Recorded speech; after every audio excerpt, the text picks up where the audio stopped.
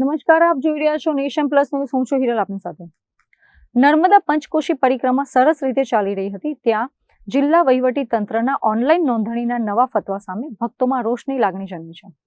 Online નોંધણીના નિયમોનું પાલન નહીં કરનારા ભક્તોને પોલીસ તંત્ર દ્વારા અટકાવવામાં આવતા ભક્તો ધરણા પર બેસી જતા પોલીસ સાથે ઘર્ષણ થયું. અમે લોકો સુરતથી આવેલા છે. હમણાં અહીંયા જે ઉત્તર વાહિની નર્મદા પરિક્રમા ચાલે છે એના માટે આવેલા હતા. હવે અહીંયા આવીને ખબર પડી કે રજીસ્ટ્રેશન કરવાનું છે. હવે રજીસ્ટ્રેશન કરી રહ્યા છે પણ નથી થતું. હવે અહીંયાથી એન્ટર થવા દેતા નથી. તો હવે અમારે શું કરવાનું છે? સુરતથી આવેલા છે અમે લોકો.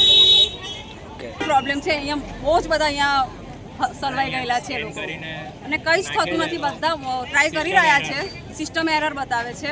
કાં તો એમ બતાવે છે કે સ્લોટ ફૂલ થઈ ગયેલો છે, થતું નથી. તો હવે કરવું શું? એ બહુ જ બધા લોકો અટવાઈ રહેલા છે એના માટે. અને જે લોકોને શું નામ છે? પ્રીતિ મોદી. અને જે લોકોને ફોન યુઝ કરતા જ નથી આવડતું તે લોકો કેવી રીતે રજીસ્ટ્રેશન કરશે? આ પહેલેથી જાણ કરવી જોઈએ અથવા તો આ બંધ જ કરવું જોઈએ અને થોડી વ્યવસ્થા સારી કરો તો આટલી બધી ભીડ નહીં થાય. બધા સારી રીતે કરી લે છે. ગયા વર્ષે પણ ક્યાં રજીસ્ટ્રેશન વાળું કંઈક હતું?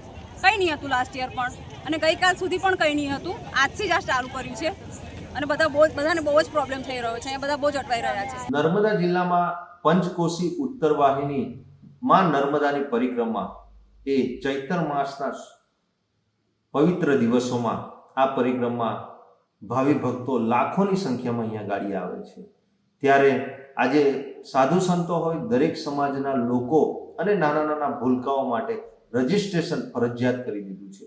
હવે આ જે રજીસ્ટ્રેશન છે એ સાધુ સંતો હોય કે દરેક સમાજના અહીંયા સ્થાનિક લોકો હોય, એ લોકો પાસે કોઈ સ્માર્ટફોન કે એન્ડ્રોઈડ ફોન હોતા નથી. એટલે રજીસ્ટ્રેશન માટે ખૂબ જ તકલીફ પડે છે. અને જે ભાવિ ભક્તો આ પરિક્રમા કરવા આવે છે એમને વહીવટી તંત્ર દ્વારા એમને ફરીથી રિટર્ન કરી દેવામાં આવે છે. છેલ્લા 2-4 દિવસથી તમે જોતા હશો સોશિયલ મીડિયામાં ઘણો વિરોધ થઈ રહ્યો છે. આ રજીસ્ટ્રેશન પ્રક્રિયા તાત્કાલિક ધોરણે રદ કરવામાં આવે. આજે કોઈ પણ જગ્યાએ આવી નાની મોટી પરિક્રમાઓ કે દરેક વિસ્તારોમાં થાય છે, પણ તેમ છતાં પણ ત્યાં કાયદો વ્યવસ્થા ખૂબ સારી રીતે જળવાય છે.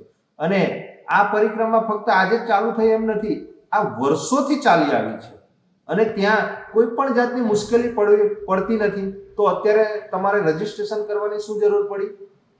આ રજીસ્ટ્રેશનના નામે આજે કેટલા લોકો હેરાન થઈ રહ્યા છે, કેટલા પરેશાન થઈ રહ્યા છે તે આ વહીવટી તંત્રને દેખાતું નથી. અને સાથે સાથે વહીવટી તંત્ર કહેતા હતા કે 14 થી 15 લાખ લોકો પણ આવી જાય તો અહીંયા ગાડી અમારી પાસે એટલી સુવિધા છે, એટલી વ્યવસ્થાઓ ઊભી કરી છે કે કોઈ પણ યાત્રીઓને કોઈ તકલીફ નહીં પડે. હજુ તો અઠવાડિયે 10 દિવસમાં 1 લાખથી લઈને 1.5 લાખ લોકો આવ્યા છે. તેમાં તો વહીવટી તંત્ર એ હાથ ઊંચા કરી દીધા છે. આજે ત્યાં ગાડી અમે જોયું કે 10 કરોડ રૂપિયા ગુજરાત પવિત્ર યાત્રા બોર્ડમાંથી ફાળવવામાં આવ્યા. એ 10 કરોડ રૂપિયાનો ઉપયોગ ક્યાં થયો?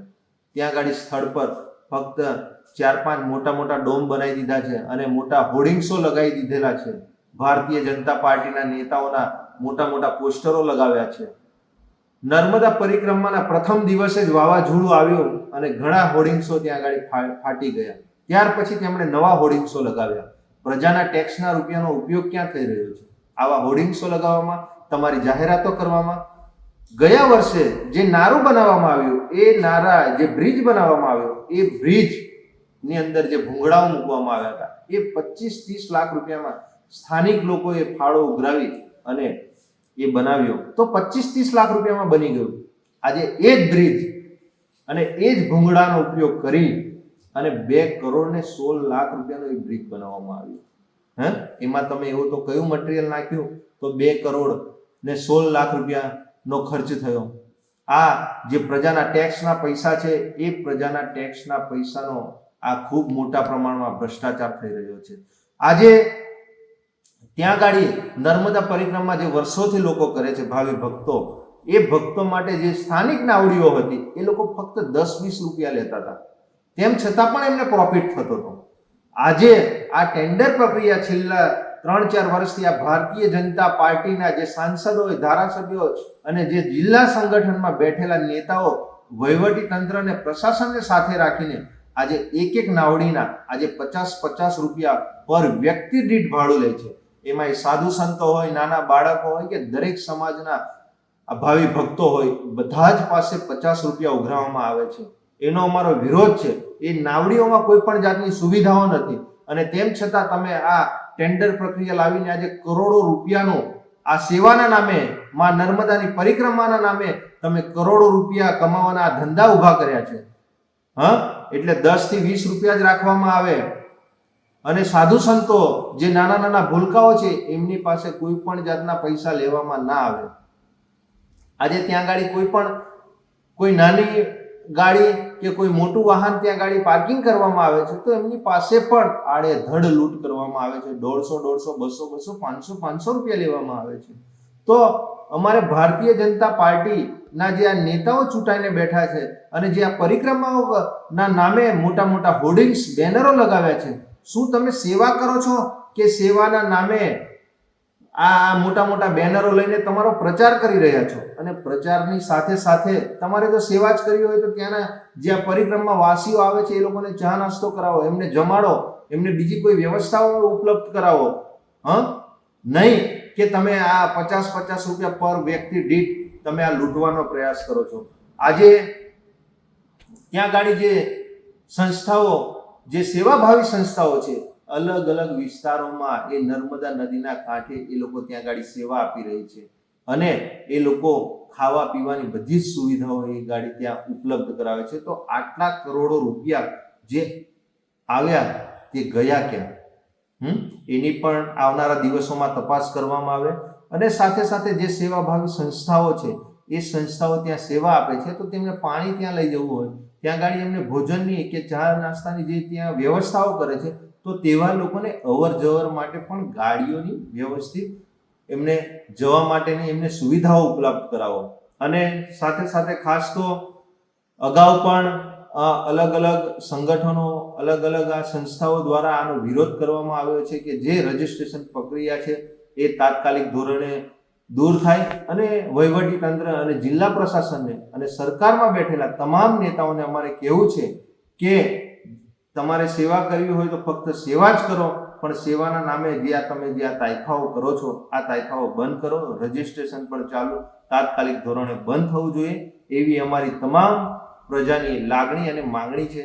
જો આવું નહીં થાય તો આવનારા દિવસોમાં અમારે ગાંધી ચિંધ્યા માગે આ વહીવટી તંત્ર, પ્રશાસનનો અને સરકારમાં બેઠેલા નેતાઓનો અમારે વિરોધ કરવો પડશે. નર્મદા જિલ્લામાં ઉત્તર વાહિની પંચકોશી પરિક્રમા 19મી તારીખથી સુચારુ રૂપે ચાલુ થઈ ગઈ છે. પરિક્રમામાં આવનાર ભક્તોને વહીવટી તંત્ર તરફથી ખાસ વિનંતી છે કે જે શનિવાર રવિવારની રજા આવે છે, રામનવમીની રજા આવે છે, એવા દિવસોમાં જિલ્લા વહીવટી તંત્ર 2 નિર્ણય લેવા માટે જઈ રહ્યું છે. એમાં એક કે પોલીસ ડિપાર્ટમેન્ટ દ્વારા સ્ટેગરિંગ પદ્ધતિથી પરિક્રમાવાસીઓને જવા દેવામાં આવશે. આ સ્ટેગરિંગ પદ્ધતિ 2 જગ્યાએ અમલમાં આવશે. એક તો તિલકવાડા 3 રસ્તા આગળ અને બીજી વાવડી રોડથી રામપરા જવાના અંદરના રોડ પર. એટલે ભક્તોને ખાસ વિનંતી કે પોતાને 1 કલાક 2 કલાક જો કોઈ જગ્યાએ સ્ટેગરિંગ પદ્ધતિના કારણે રાહ જોવી પડે તો એ રાહ જોવા માટે વિનંતી છે. બીજી બાબત એ છે કે સામાન્ય રીતે શનિવારની રજાના દિવસે કે કોઈ ધાર્મિક તહેવારની રજાના આગલી રાત્રે આવતા હોય છે તો મારી ખાસ વિનંતી છે કે આપ સોમ, મંગળ, બુધ, ગુરુવારે આવો તો આપને ઉત્તમ કક્ષાની વ્યવસ્થા અમે પૂરી પાડી શકીશું. આ વખતે એક બીજો અમે નિર્ણય લીધો છે કે જે પવિત્ર યાત્રાધામ વિકાસ બોર્ડની જે વેબસાઇટ છે એ વેબસાઇટ પર રજિસ્ટ્રેશન કરાવવું જરૂરી છે. પરંતુ જે 2 દિવસ પહેલાં એક બાબત બની એ અંતર્ગત અમે એ નિર્ણય લેવા જઈ રહ્યા છે કે આવનારા 25 માર્ચથી લઈ અને 30 માર્ચ સુધી આ રજિસ્ટ્રેશન જેને કરાવ્યું હશે એને જ અંદર જવા દેવામાં આવશે. આ મેન્ડેટરી છે. ત્યાર પછી જે બીજા રજાના દિવસો છે, દાખલા તરીકે 2 April, 3 April, 4 April, 11 April, 13 April, આ દિવસોમાં રજિસ્ટ્રેશન મેન્ડેટરી છે, જેથી કરીને આ યાત્રા આપ સારી રીતના કરી શકો. ત્રીજો મુદ્દો જે છે એ લાઈફ જેકેટનો મુદ્દો છે. ઘણી વખતે આપ એવું વિચારતા હશો કે 5 મિનિટની યાત્રા છે, લાઈફ જેકેટ ન પહેરીએ તો શું થાય, પણ લાઈફ જેકેટ પહેરવું એ મેન્ડેટરી છે અને આવનારા દિવસોમાં અમે આ પેનલ્ટીની પણ જાહેરાત કરીશું કે જે લાઈફ જેકેટ ન પહેરે એને પેનલ્ટી કરવામાં આવશે. આપ સૌની આ પરિક્રમા સુચારુ રૂપે પાર પડે અને આપ ભક્તિમય આનંદમય રીતે આ પરિક્રમા કરી શકો એ માટે જિલ્લા વહીવટીતંત્રને આપ સાથ સહકાર આપશો એવી આપ સૌ પાસેથી હું અપેક્ષા રાખું છું. Deepak Jagtap, nation plus news, Rajpipla.